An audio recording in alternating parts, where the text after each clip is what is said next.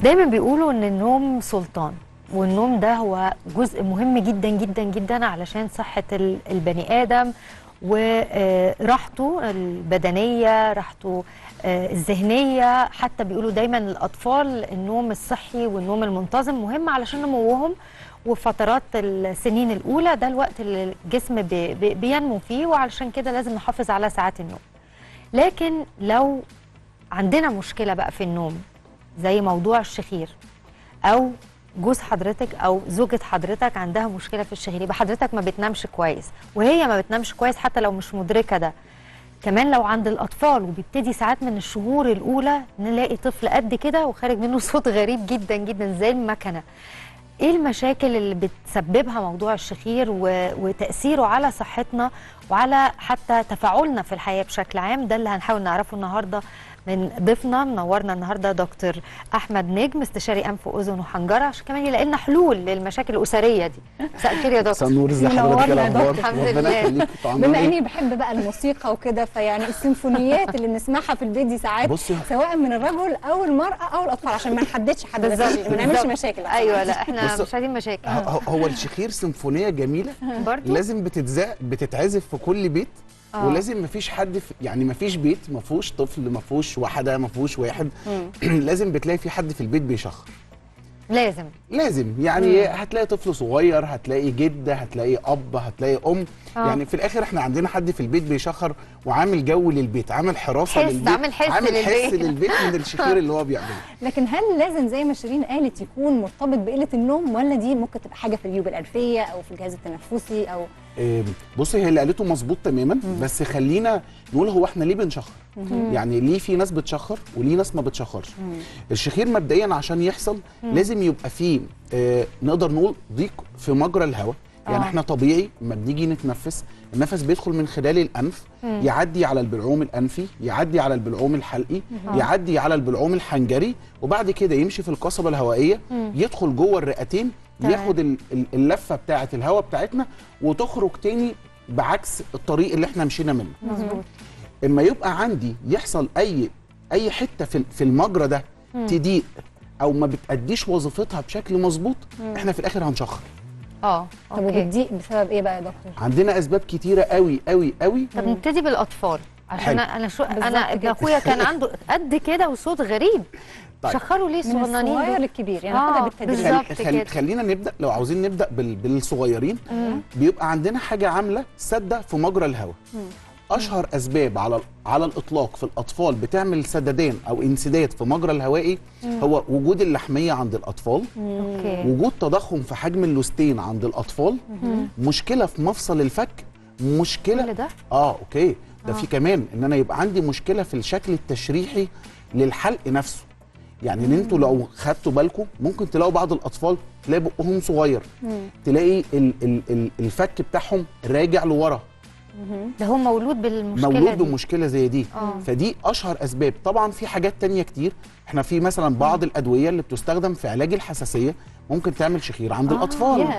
طبعا حساسيه الانف تعمل شخير عند الاطفال، اللي هم الجيوب الانفيه بعد كده، يعني اللي هي بتقلب فيما بعد. بس الاطفال الصغيرين ما بنقدرش نقول قوي ان احنا عندنا مشكله مزمنه في الجيوب الانفيه، لان بيبقى في بعض من الجيوب الانفيه لم تنمو، يعني لسه ما اكتملش النمو بتاعها.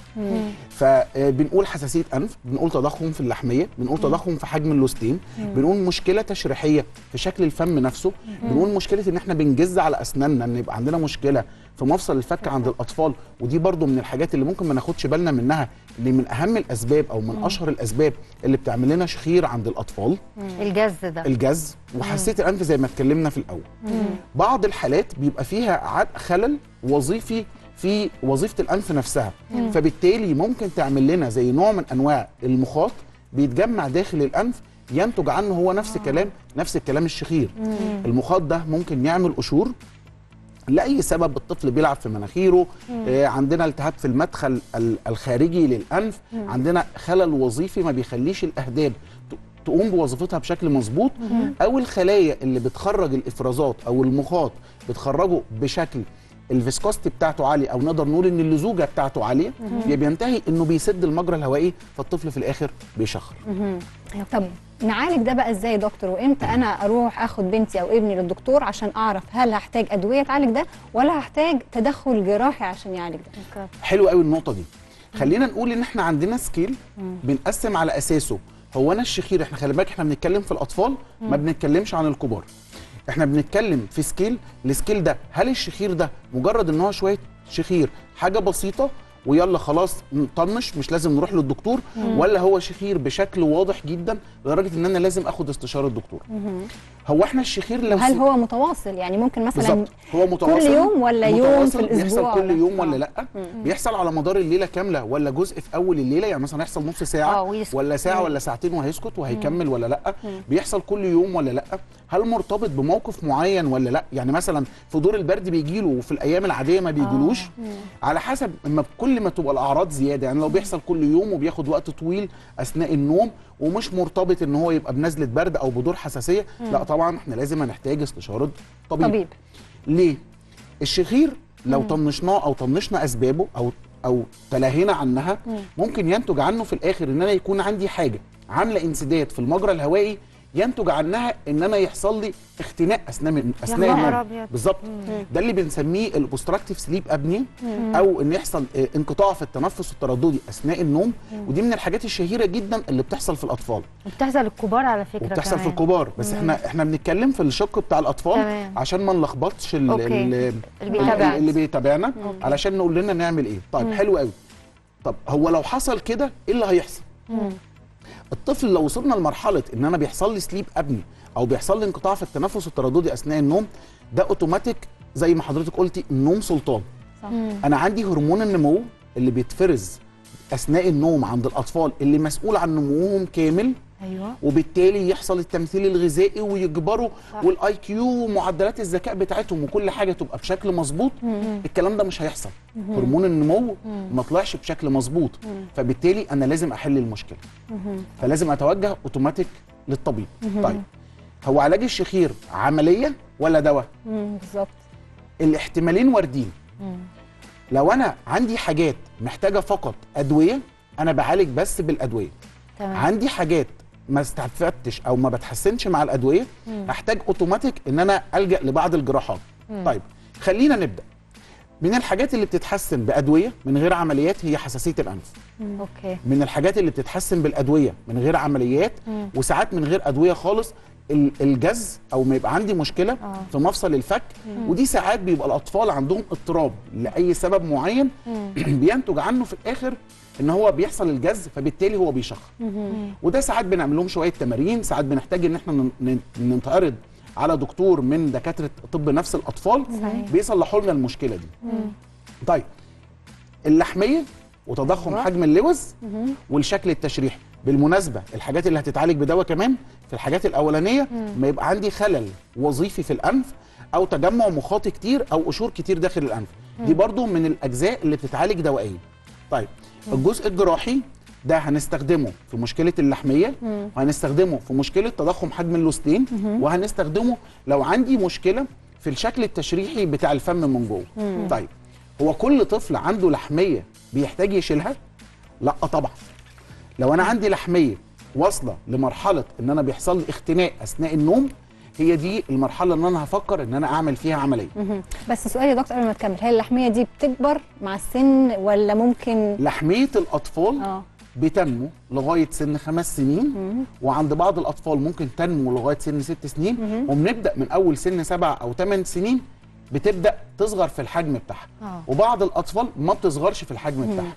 بس انا لو واصل لمرحله ان انا عندي ابنيا وعندي انقطاع في التنفس اثناء النوم، فانا بالتالي انا مش هينفع استنى لغايه ما هي تصغر، ومش هينفع استنى لغايه ما حجم الحلق يكبر، فبالتالي تبقى قصه انها عامله انسداد دي تبقى قصه قليله. خطر. زي ما قلت لكم احنا بنأثر على هرمون النمو. بنأكد المعلومات بتاعت اللحميه هي محتاجه تتشال ولا لا، لا اما عن طريق اشعاعات معينه بنطلبها، لا اما عن طريق الكشف من خلال المنظار. النقطه الاهم لو قررنا نشيل اللحميه، او اشهر اسباب ان انا يكون بيحصل لي انسداد في التنفس او انقطاع في التنفس، او التهابات بشكل متكرر في الانف، او التهابات بشكل متكرر في الاذن، او التهابات بشكل متكرر في الصدر، اما اجي اشيل اللحميه بتزال جراحيا ولكن عن طريق المنظار. لازم نتاكد ان احنا بنشيل اللحميه بالمنظار عشان نتاكد ان احنا نوصل للنسب العالميه في فكره انها ممكن ترجع تاني. دي بالنسبه لنقطه اللحميه. تمام. اللوز لو عامله تضخم في حجم اللوز لدرجه ان اللوزتين قافلين المجرى الهوائي فعندي صعوبه في التنفس، او عندي صعوبه في ان الطفل حتى كمان ياكل الاكل بيجمع جوه بقه مش عارف يبلعه، تمام. في الحاله دي هيبقى التدخل الجراحي من افضل الطرق اللي بتتعمل بيها. التدخل الجراحي للوزتين لو يتعمل عن طريق جراحه عن طريق التردد الحراري، كده احنا بنضمن ان احنا فكره الوجع حتى بعد العمليه بيبقى فكرته اقل جدا لو العمليه اتعملت بالتكنيك بتاع التردد الحراري. تمام، مش بالطريقه القديمه بقى وناكل ايس كريم اسبوعين والحاجات دي. لا، هي الايس كريم دي حاجه كويسه ولازم كل الاطفال تاكل الايس كريم بعد العمليه، دي حاجه من الحاجات اللي بتحفزهم انهم ياكلوا. أوكي. بس هي الفكره في الطريقه دي ان انا الجرح ما فيهوش غرز، فبالتالي في سهوله انه ياكل ويشرب اللي هو عاوزه. الوجع بعد العمليه التكنيك ده بيخلي الوجع بعد العمليه اقل. طبعا قصه ان انا يبقى عندي مشكله في الشكل التشريحي بتاع الفك والفم بقى، دي حدوته كبيره بتحتاج اشعات كتيره، بتحتاج كذا دكتور نشوف الحاله مع بعض، بنحتاج دكتور جراحه وجه وفكين مع جراحات الانف واذن، بنحتاج دكتور تخاطب يشوف الحاله معانا. يا كل ده حدوته كبيره شويه ومش بسهوله ان احنا ناخد قرارات عمليات فيها. يعني لازم يبقى فعلا الطفل في مشكله كبيره جدا لدرجه ان احنا نفكر ان احنا نمشي خطوه من الخطوات بالظبط كده. تمام. طب وهل في امكانيه او نسبه ولو بسيطه ان تعود المشكله من جديد بالرغم من كل بقى الادويه اللي خدتها ولو عملت اي تدخل جراحي؟